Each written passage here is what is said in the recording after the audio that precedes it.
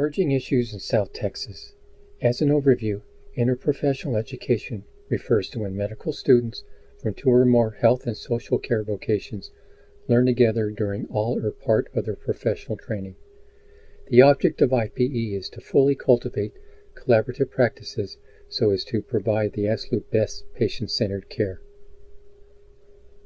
Why do we need IPE? Well, teamwork in healthcare is often referred to as interprofessional practice. With South Texas AHEC training like this, our best practices will lead to collaborative and comprehensive care that our client patients value and respect. The objectives for the four main interprofessional education module sessions are, in turn, to understand the potential impact of how IPE promotes HPV prevention and treatment, specifically focusing on the role of early vaccinations. To describe a protocol for IPE that helps prevent and diagnose the Zika virus, a viral disease potentially more prevalent with each new mosquito season. To comprehend how IPE can impact patients, families, and communities who are struggling with obesity and epidemic here in South Texas. And finally, to recognize the influence of IPE to keep prescription drug prices as low as possible. The four objectives for this HPV-specific session are to describe the potential impact of the human papillomavirus and the science behind it, to understand the survival rate curve and its impact on human societies and families, to recognize the need for an HPV vaccine that is medically efficacious and locally available, and finally, to acknowledge the vital role of the IPE and how its cadres of community health workers play a vital role in promoting vaccine use. As far as vital signs, HPV, or human papillomavirus, is the most common sexually transmitted infection today. HPV is not the same as herpes or HIV. The HPV virus has well over 100 different varieties. So-called low-risk types are not associated with any cancer. They may not even cause symptoms. However, they may cause genital warts or non-cancerous changes on the cervix. High-risk types do not cause warts or other symptoms, but they can cause cell changes in the cervix that can later become cancer. High-risk types of HPV are also linked to cancer of the vulva in women, cancer of the penis in men, plus cancer of the oropharynx and anus in both men and women. When it comes to diagnosing HPV, experienced clinicians might be able to determine HPV infection by looking at your warts. If genital warts are not visible, you'll need one or more of the following tests. Starting with the vinegar or acetic acid solution test, a vinegar compound is applied to HPV-infected genital areas and potentially turns them white. This may help in identifying difficult-to-see flat lesions. With the Pap test, your doctor collects a small sample of cells from your cervix or vagina to send for laboratory analysis. Pap tests can reveal abnormalities that can lead to cancer. Concluding with the DNA test, this check, conducted on the cells from your cervix, can recognize the DNA of high-risk varieties of HPV that have been linked to genital cancers. This exam is recommended for women 30 and older in addition to the Pap test. When politicians or celebrities raise unscientific false claims about vaccines, vaccination rates can drop. Such negative press can and does set the cause back. Past vaccine scares have led to new outbreaks of diseases that had previously been under control, like measles and whooping cough. With HPV, there may be emerging treatments for wart growth and cell changes, but unfortunately, these do not affect the virus itself. The bottom line is, because HPV does not respond to antibiotic therapies, there is no current cure for HPV. For patients under our care, that leaves prevention and treatment. That also brings us to the vital human issue of survival rates once HPV detection occurs. This simple bar chart helps to show why prevention and then early detection is so important. A 5-year survival rate refers to the percentage of people diagnosed with cancer who will be alive 5 years after their diagnosis. If women are diagnosed early and the cervical cancer is not yet spread beyond the cervix, 92% of them will be alive 5 years after their diagnosis. If women are diagnosed with cervical cancer at later stages, the 5-year survival rate sadly drops to 68% or lower. As you can see, the later the diagnosis, the shorter a patient lives. And unfortunately, South Texas women are most often diagnosed at the more advanced stages of this disease.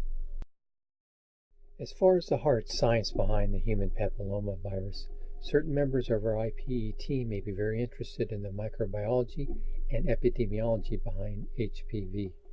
If so, the next 2 slides are for you. For everyone, please enjoy this short but superb virus summation opus produced by NBC's Today Show. Most parents today have heard about the HPV or human papillomavirus vaccine, but don't know that much about it. And if you don't know much about it, how can you decide if it's right for your son or daughter? Here's what you need to know. HPV is the most common sexually transmitted infection in the US. HPV are a group of over 200 related viruses, and while most of them aren't harmful, there are about a dozen so-called high-risk HPVs which can cause cancer. Almost all cases of cervical cancer and about 95% of anal cancers are caused by HPV. The strains that cause genital warts do not cause cancer, but importantly, the strains that are covered by the vaccine are the cancer-causing ones. Most sexually active adults in their 20s have been exposed to HPV, but for most, the infections clear up without causing harm.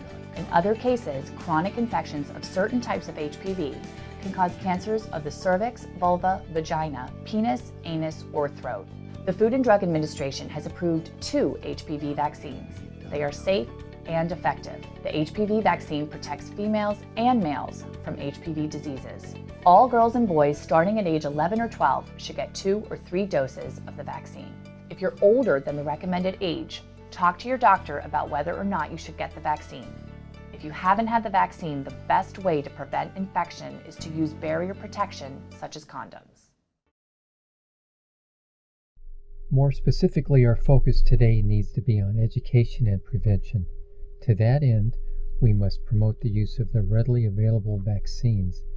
The Federal Center for Disease Control in Georgia points providers towards Minnesota, where their state health department has created a quartet of persuasive short features which will now show in rapid succession.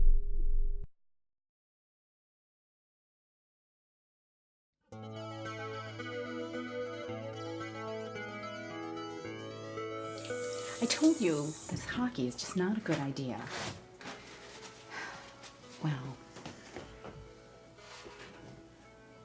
Oh, so that's going to be sore for a few days, but it should get better by the end of the week. Let us know if it doesn't, okay?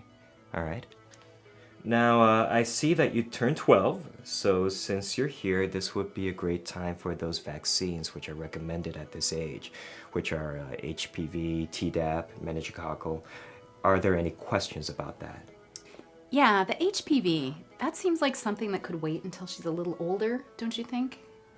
I think I get your drift, and I know it seems kind of soon, but the thing is, the vaccine are recommended at the youngest age, for which they've been proven safe and effective. No matter what the disease, you want to make sure that immunity is in place before the exposure happens.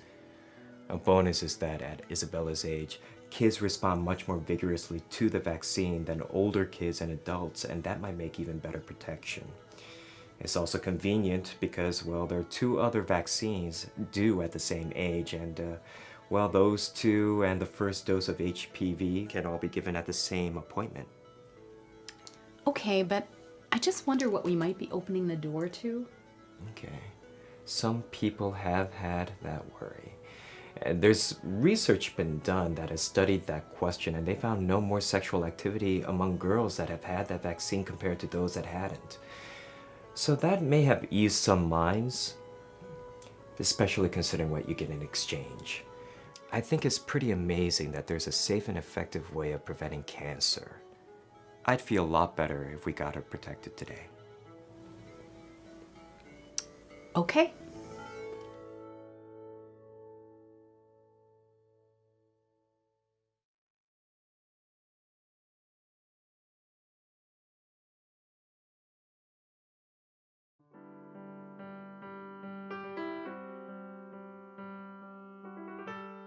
Okay, everything looks great, and you can pick up your forms for the soccer tryouts on your way out. I noticed in your chart here that we haven't given you the HPV vaccine, though. We should do that today. Do you have any questions for me before we bring your mom back in? Well, like we've talked about it, and I'm not having sex. When I do, it won't be the kind of person that's been around a lot. I just don't feel like I need it. Well, it makes me really happy to know that you've made the decision to not have sex for now and see yourself being careful about it in the future. It's going to protect your health in a lot of different ways.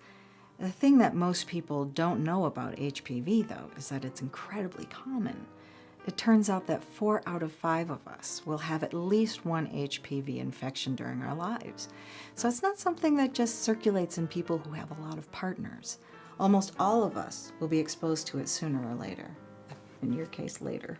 The vaccine gets your natural immune processes going, so you're ready and able to fight off an infection if you are exposed in the future. I've never heard anybody I know that has HPV. Well, it's not exactly the kind of thing people talk about. And really, people your age wouldn't have any way to know if they did have HPV. We usually don't test for it until you're an adult. And the cancers that it causes generally don't show up for years. Now, the virus can just come and go without causing any trouble if it's the type that doesn't cause warts or cancer. And even if it is a dangerous type, sometimes the body can clear it before it can do any damage. It's just that there's no way to control which type or types you'll get, and no way to guarantee that if you do get a cancer-causing type, it'll go away on its own. I'd hate for you to count on luck when you could protect yourself by getting vaccinated. If we get the first one done today, you can schedule the next 2 on your way out and be done in 6 months. Okay.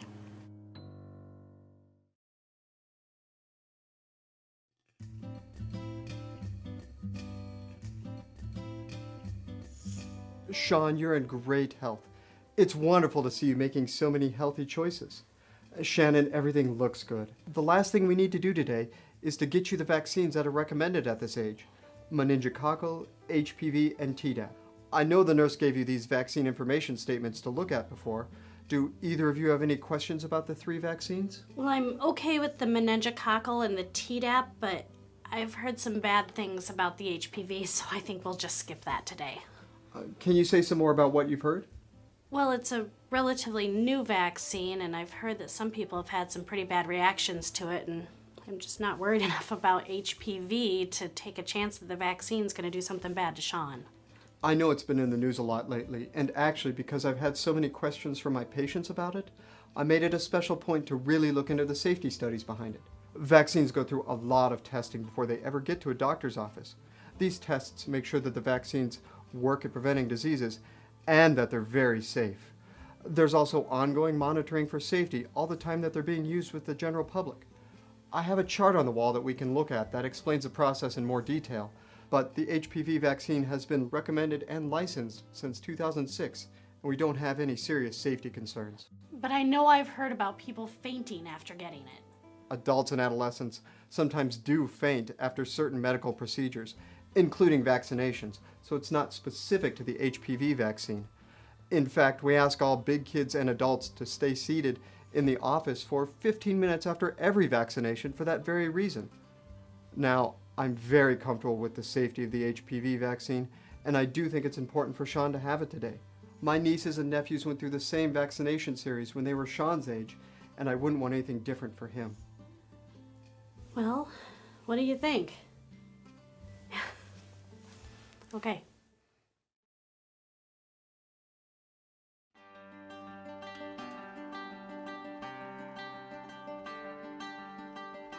All right, Brady, I think the doctor is going to want to do a throat culture on you, so I'll bring back a tray of supplies for that.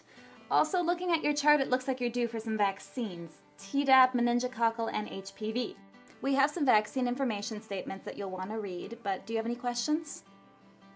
I hate to see him get 3 shots at once, and I've read that the HPV vaccination doesn't necessarily prevent all types of HPV.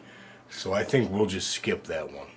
It's true that there are many different types of HPV, so it's great that you're aware of that. We're really happy that the vaccine we use in this office protects against 2 cancer-causing types of HPV and 2 types that cause genital warts. We actually had a continuing education service on this and learned that the 4 types of HPV the vaccine prevents are responsible for, by far, the biggest share of a whole variety of cancers, including anal cancer in men. Plus, they also account for 90% of genital warts, and the vaccine's nearly 100% effective against those 4 virus types, so it really does knock out a lot of the health threats from HPV. And there's no evidence that the vaccine wears off even years after you've had it. So you'd recommend it pretty strongly then? I do. The pediatricians and the family doctors in our office do.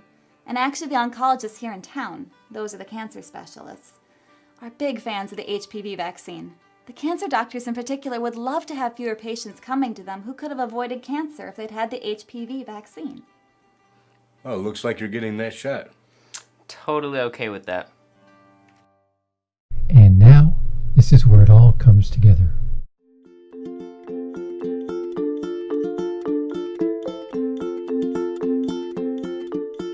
Navigating healthcare systems is challenging, especially for patients with a language barrier or other problems understanding what chronic diseases like diabetes, cancer, or heart disease are and how to manage them.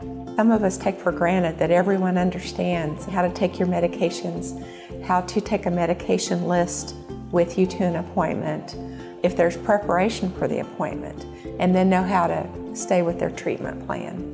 Those are the kinds of things that a community health worker actually helps address what we call health literacy. Research has shown that hiring community health workers to be part of comprehensive healthcare teams helps overcome these and other challenges, leading to better access to care, increased compliance, increased quality of care, and reduced costs. One study estimates that programs like these that reduce the need to see costly specialists could lead to a nationwide cost savings of $60 billion a year. A study by Denver Health shows that it saved $2.28 for every $1 invested in the program.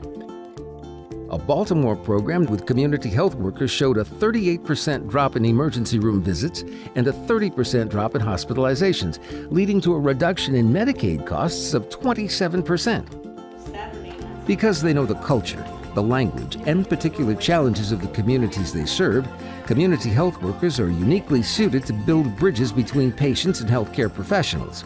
Our community health worker is bilingual. She spends many hours helping them optimize their health. I am the link between the provider and the clients.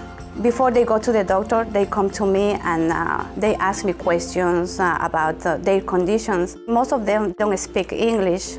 I am not a doctor, but I try to help them to understand better their conditions. Community health workers like Emma have varying job titles, including lay health advisor, peer educator, promotora, but have been similarly trained to offer education, informal counseling, and support to patients so that healthcare teams and providers can provide the best possible care. We wish that we had 10 positions like this that we could spread across the county and work with individuals that just need additional support. Ella está al pendiente de qué enfermedad tiene uno, si tiene uno colesterol, tratar de bajárselo. For healthcare providers and patients, hiring one or more community health workers may be the smartest investment a healthcare team can make.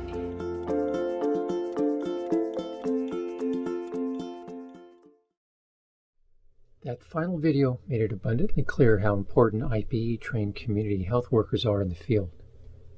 Specific to our locality and the topic at hand, community education programs such as Entre Familia are working to promote the use of the HPV vaccine. This bilingual program uses an interprofessional education approach by providing valuable medical training in areas such as HPV to the healthcare specialists at distant and disparate clinical sites. Armed with tailored training, curative resources, and the proper mindset, these interprofessionally educated scholars become community health workers and invaluable members of the rural and urban medical scenes.